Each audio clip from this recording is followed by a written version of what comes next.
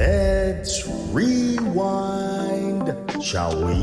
Through songs that hold stories, moments, and memories. Welcome to Reminiscence in Chords, Music and Memory, where the past plays on. It's late. The world is quiet, and the only thing keeping you company is a song that seems to know you better than you know yourself. That's the power of music. It understands even when words fall short. And in that silence, in that stillness, we remember who we were, what we felt, and why it mattered. Welcome to Reminiscence in Chords, where we take those quiet late night moments and turn them into stories worth sharing. I'm your host, Dainty.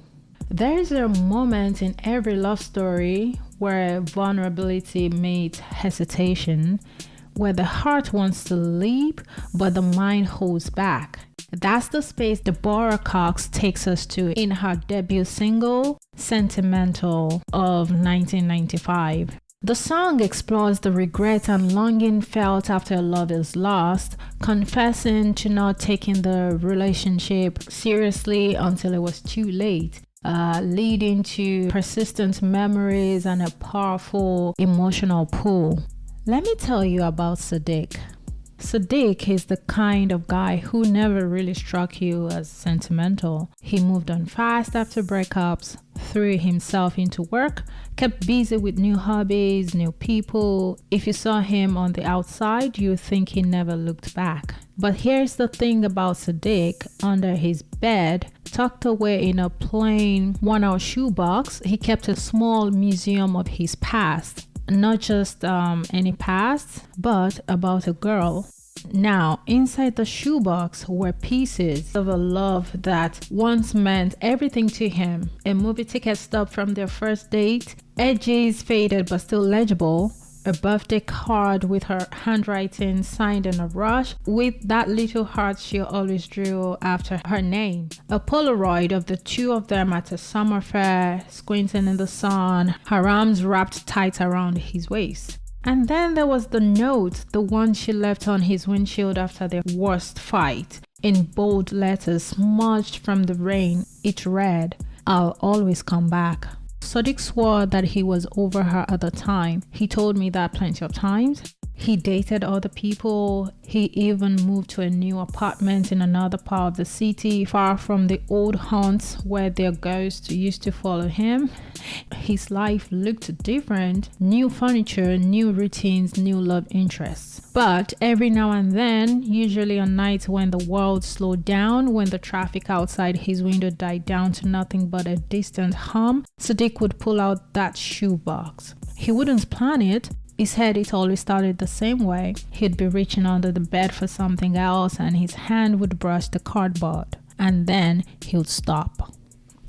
He never cried, not once he said, but he'd sit there, cross-legged on the floor, thumbing through each item like they were artifacts from another lifetime. And in a way, they were. Each piece carried a memory he thought he'd buried.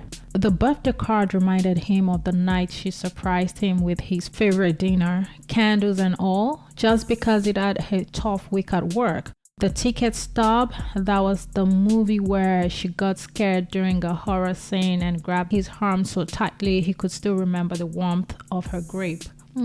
Cheesy.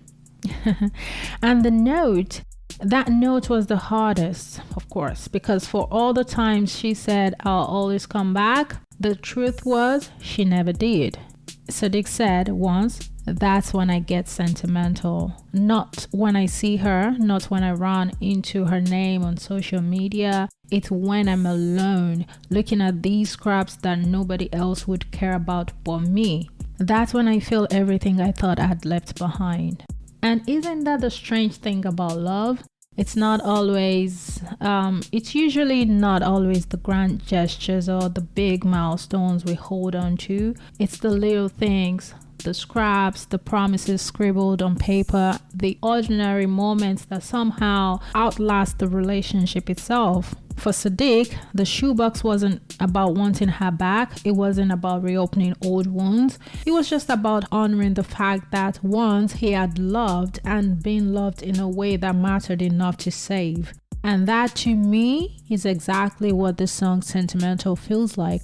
Deborah sings about the ache of realizing too late, of remembering someone in the quiet, private ways. That's the weight Sadiq carried every time he lifted that lid. Not grave, maybe not regret. He said just sentiment, pure, bittersweet, undeniable.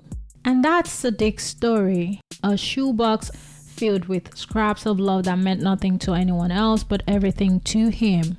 Isn't it funny how the smallest things can hold the biggest weight? That's the heart of sentimentality.